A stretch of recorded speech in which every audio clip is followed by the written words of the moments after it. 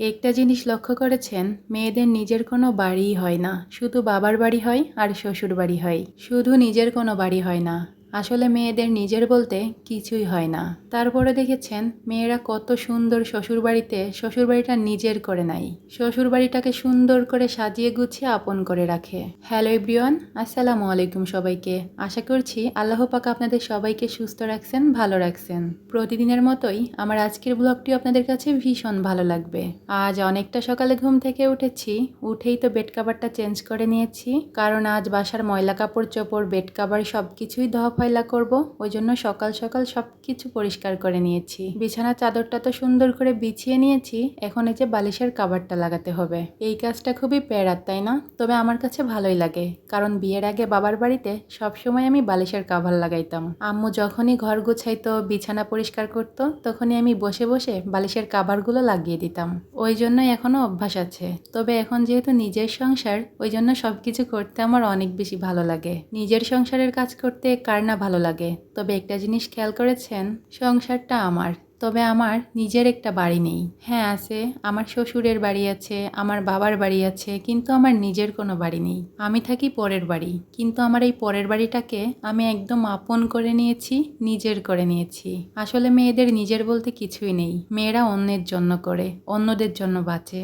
সত্যি কথা বলতে আমরা অন্যের উপর নির্ভরশীল, আমরা মেয়েরা সহজেই সব কিছু আপন করে নিতে পারি। ওই জন্যই তো অন্যের বাড়িতে এসে নিজের একটা সংসার তৈরি করে নেই, কারণ আমরা মেয়েরা সব পারি, সংসার সাজাইতে পারি, সংসার গোছাইতে পারি, সংসারের সমস্ত কাজকর্ম এক নিঃশ্বাসেই করে নিতে পারি। তারপরও দেখবেন আমরা মেয়েরা কখনো ক্লান্তই হই না। আসলে নিজের সংসারের কাজ করতে কোনো কষ্টই লাগে না। যাই হোক, অনেক কথা শেয়ার করলাম আপনাদের সাথে। প্রথমেই তো বেডরুমটা সুন্দর করে পরিষ্কার করে নিয়েছি, এখন ওই যে আমার সম্পূর্ণ বাসাটা সুন্দর করে ঝাড়ু দিয়ে নিয়েছি।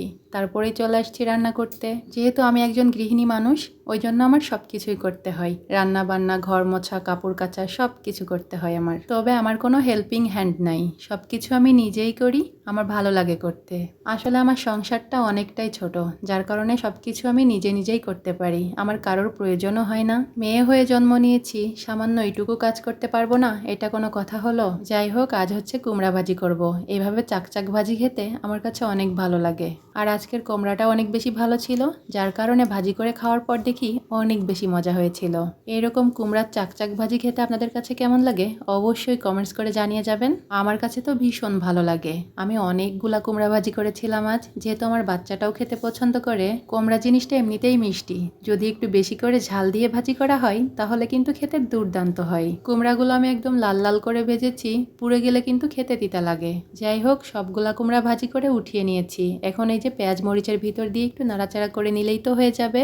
আর আজ শুধু কুমড়া ভাজি করব না, ফ্রিজে কয়েক পিস মাছ আছে, ভাবলাম ওইটাই ভোনা করব। তো এই যে কুমড়াগুলো পেঁয়াজ মরিচের ভিতর দিয়ে নাড়াচাড়া করেই উঠিয়ে নিব। তারপরে যে মাছগুলো হলুদ লবণ মাখিয়ে রেখেছিলাম, ওগুলাই এখন ভেজে নিব।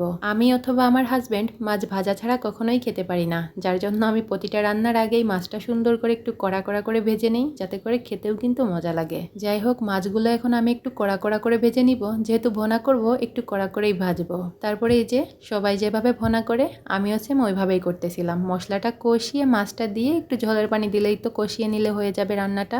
আর বিশেষ করে আমার রান্নাগুলো আপুরা এত বেশি পছন্দ করেন, আমার অনেক বেশি ভালো লাগে। তবে আমার আজকের ভিডিওটি যদি আপনাদের কাছে ভালো লেগে থাকে, তাহলে অবশ্যই সুন্দর একটা কমেন্টস করে জানিয়ে যাবেন, আমার অনেক ভালো লাগবে। আর আমার মাছ ভোনার কালারটা কিন্তু অনেক সুন্দর আসছিল, আপনারা দেখেই বুঝতে পারবেন। এই তো এখন ঝোল শুকিয়ে নিলেই তো ভোনাটা হয়ে যাবে। একদম পারফেক্টভাবে রান্না করেছি, খেতে অনেক বেশি মজা হয়েছিল। আমি প্রতিটা রান্নার শেষেই একটু গরম মশলার গুঁড়া ছিটিয়ে দেই, যাতে করে রান্নার কালারটাও সুন্দর আসে, রান্নায় স্বাদও হয় অনেক। এই যেমন ধরেন মাংস রান্না, ডিম ভোনা, মাছ ভুনা, এগুলোতেই। যাই হোক, এই যে রান্না বান্না শেষ, সবকিছু ঢেলে নিয়েছি, অবশ্য রান্নাঘরটাও গুছিয়ে নিয়েছি, ওগুলো আর শেয়ার করিনি। তারপরে এই যে আমার হাজবেন্ডকে খেতে দিয়েছিলাম, সে খেয়ে ডিউটিতে চলে গেছে। এখন এই যে ডাইনিং টেবিলটা একটু পরিষ্কার করে রেখে দিচ্ছিলাম। সে খুবই তাড়াহুড়োর উপরে খাওয়া দাওয়া করে, যার কারণে যেভাবে সেভাবে রেখেই চলে যাই। আমি এখন একটু গুছিয়ে রাখতেছি। তো আমার আজকের এই ছোট্ট ভিডিওটি আর বেশি বড় করছি না, আজকের মতো এখানেই বিদায় নিচ্ছি। আবারও দেখা হবে। আল্লাহ হাফেজ।